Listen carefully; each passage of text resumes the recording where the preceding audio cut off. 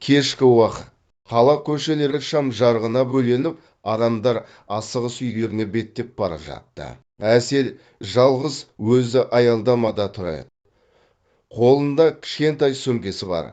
Көзінде шаршағандық пен ойдың табы байқалады. Оның өмірі сырт көзге қарапайым көрінгенімен, ішінде ашылмаған сыр көп еді. Әсел небәрі 23 жасында өз тағдырын өзі шешуге мәжбүр болды.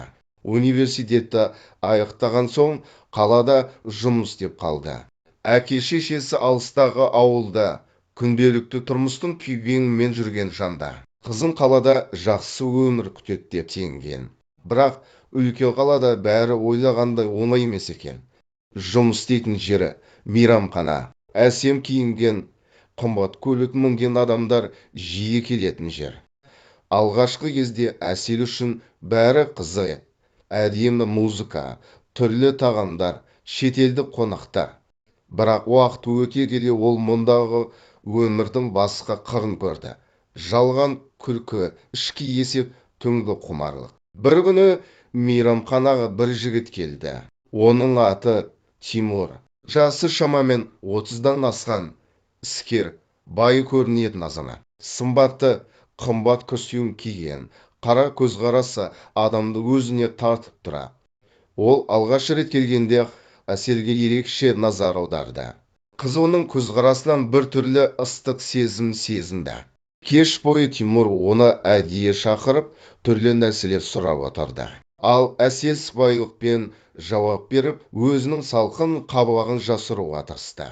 Бірақ жүрегінің түкпірінде әлдебір тылсым сезім ояна бастағанын өзі де аңғармай қалды.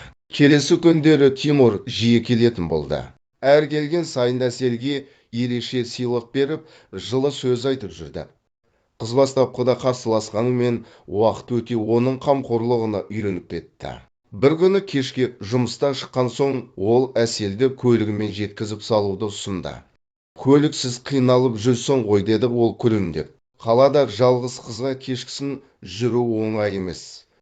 Әсел алғашында бас тартқысы келді, бірақ іште оған еріп кеткісі келді. Ақыры көлікте отырды.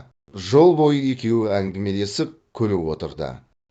Тимурдың жанына жақын болған сайын, қыз оның қасында өзін қауіпсіз сезінді. Сол сәттен бастап олардың арасы жиілей түсті.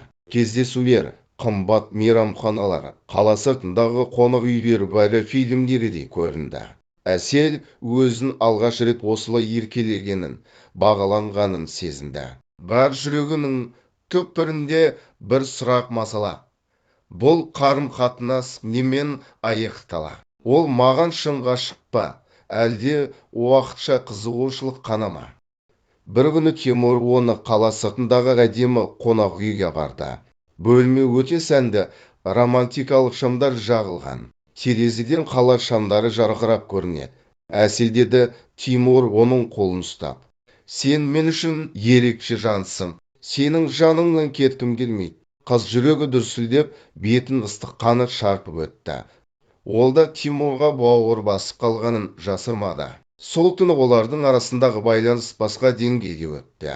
Олар бір-біріне тек сөзбен емес, жүрекпен жақындады. Алайда таңертең Әсел ойға шомды.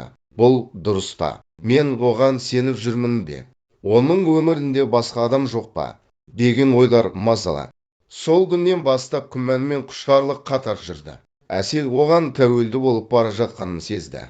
Ал Тимур болса, әр кездескен сайын оған жаңа құпиясын ашатын сияқты, бірақ толық шындықты айтпай жүргенінде қыз жүрегі сезетін. Күндердің күнінде Әсел оның телефоннан бейтаныс әйелдің хабарламасын байқап қалды. Хабарламада сен бүгін келесің бе? Балалар сені күтіп отыр деп жазылған еді. Қыздың жүрегі тоқтап қалғандай болды. Балалар ма? Отбасы бар ма? Деген сұрақ миын қақ айырып өтті. Әсел сол бір хабарламаны көргеннен кейін түнде ұйықтай алмады. Көз алдында үнемі бір сұрақ. Ол маған өтірік айтты ма? Деген ой. Қыздың жүрегі біресе ашумен, біресе үмітпен соғып тұрды. Келесі күні ол Тимурды көргенде көзін тіктеп қарауға батылы жетпеді. Жігіт болса ештеңе болмағандай жылы сөйлеп күлімсіреп отырды. Бірақ әселдің ішкі дүниесі бүлінген еді. Тимур, деді ол ақыра, қолындағы шайды үстелге қойып, маған шындықты айтшы, сенің отбасың бар ма? Тимурдың жүзі кенет қатуланып, сосын қайтадан жайдары кейіпке енді. Ол біраз үнсіз қалды да ауыр күрсінді. Әсел, сен бәрін білдің ғой, деді ол. Иә, менің отбасым бар, әйелім мен 2 балам бар. Бірақ сен мені түсінуге тырысшы. Мен оларды сүймеймін. Мен сені сүйемін. Бұл сөздер қыздың жүрегін тіліп өткендей болды. Ол бір сәтте өзін алданғандай сезінді. Бірақ жігіттің көзіндегі шынайылыққа сенгісі келді. Егер шын сүйсең, деді Әсел дірілдеген даусымен, неге оларға бәрін айтпайсың? Тимур үндемей қалды. Оның жүзінде күрделі ойдың ізі байқалды. Мен оларға бәрін айта алмаймын. Қазір емес, деді ол ақыра. Іскерлік қарым-қатынасым, беделім, балаларым бар. Осы сөздер Әселдің үмітін бір жолы үзді. Ол өз өмірінің жай ғана жасырын қателікке айналғанын түсінді. Келесі апталарда олардың кездесуі сирей бастады. Әсел өзін қинап, одан алыстауға тырысты. Бірақ жүрек бағынбайды екен. Кейде түн ортасында оның даусын сағынып, телефонына қарап жылайтын. Бір күні мейрамханада күтпеген жағдай болды. Тимурдың әйелі өз құрбыларымен сол жерге келді. Ол Тимурдың қызға сыйлаған жүзігін Әселдің қолынан байқап қалды. Әйелдің көзі қырандай өткір. Ол ештеңе демеді, бірақ суық жүзінен бәрін ұққандай болды. Келесі күні Тимур Әселді асығыс шақырып алды. Бізді әшкерелет, деді ол ауырып үнмен. Әйелім бәрін сезіп қойды.